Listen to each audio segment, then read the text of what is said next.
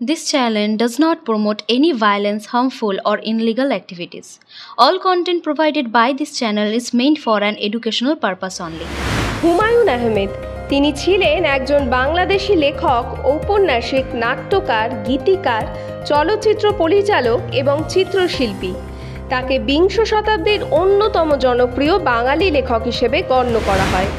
তিনি আধুনিক বাংলা সাহিত্যের অন্যতম প্রধান স্থপতি হিসেবেও পরিচিত এবং তার রচনার প্রধান বৈশিষ্ট্য ছিল জনপ্রিয়তা ও সরলতা।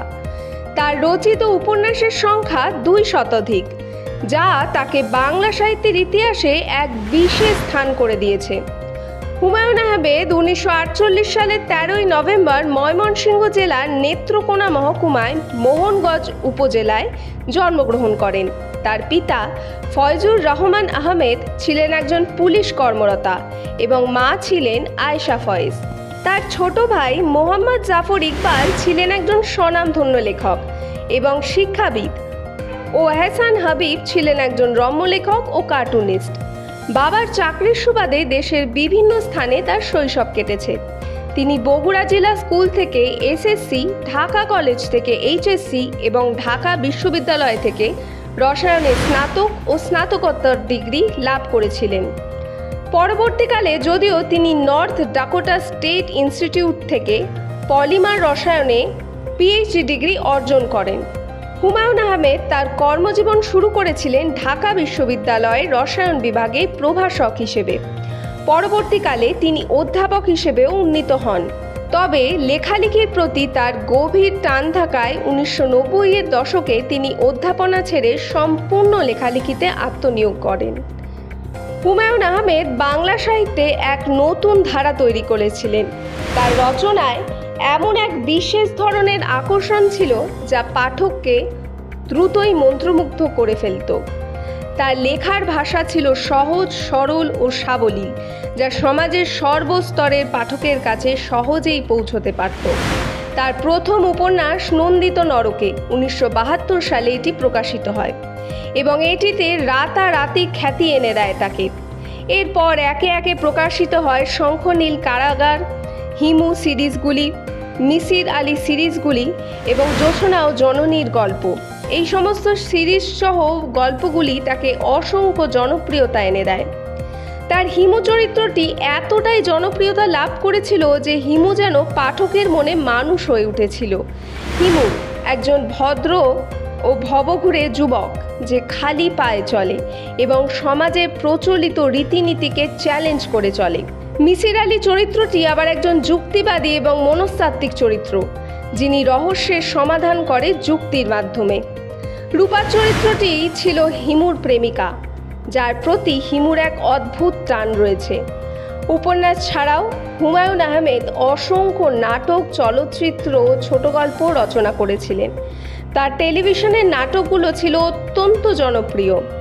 বিটিভিতে প্রচারিত তার নাটক যেমন এই সব দিন রাত্রি, বহুব্রীহি, আজ রবিবার ইত্যাদি নাটকগুলি ব্যাপকভাবে দর্শকপ্রিয়তা লাভ করে। এই নাটকগুলো ছিল হাস্যরস এবং গভীর জীবনবোধের এক অপূর্ব সমন্বয়। হুমায়ুন আহমেদ চলচ্চিত্র জগতেও নিজস্ব স্বাক্ষর রেখে গেছেন। তার পরিচালিত প্রথম চলচ্চিত্র 1994 সালের আগুনের পরশমণি, যা বাংলাদেশের স্বাধীনতা যুদ্ধ নিয়ে নির্মিত একটি কালজয়ী চলচ্চিত্র। এরপর একে একে তিনি শ্রাবণ মেঘের দিন, দুই দুয়ারি, চন্দ্রকথা, ঘেটুপুত্র কমলা, শ্যামল ছায়া প্রভৃতি নানা সফল চলচ্চিত্র পরিচালনা করেছিলেন। তার চলচ্চিত্রে তিনি গ্রামীণ জীবন, মুক্তিযুদ্ধ এবং সাধারণ মানুষের হাসি কান্নাগুলিকে অত্যন্ত সার্থকভাবে তুলে ধরতেন। সাহিত্যে অসামান্য অবদানের জন্য হুমায়ুন আহমেদ অসংখ্য পুরস্কার এবং সম্মাননাও লাভ করেছেন।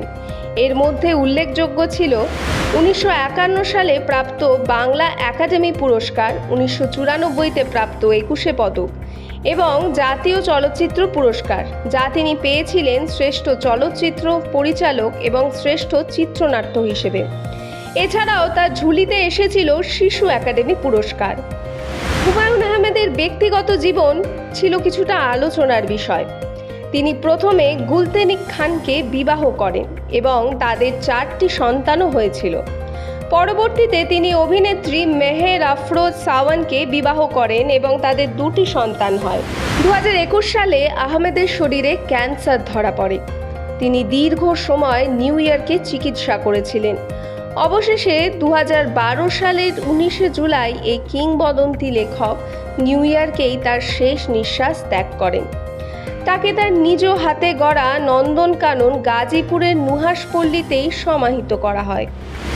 হুমায়ুন আহমেদ শুধুমাত্র একজন লেখকই ছিলেন না, বরং তিনি ছিলেন একজন স্বপ্নদ্রষ্টা, যিনি তার লেখনীর মাধ্যমে অসংখ্য মানুষকে মুগ্ধ করেছেন। তার শূন্যতা বাংলা সাহিত্য এবং সাংস্কৃতিক অঙ্গনে চিরকাল অনুভূত হবে।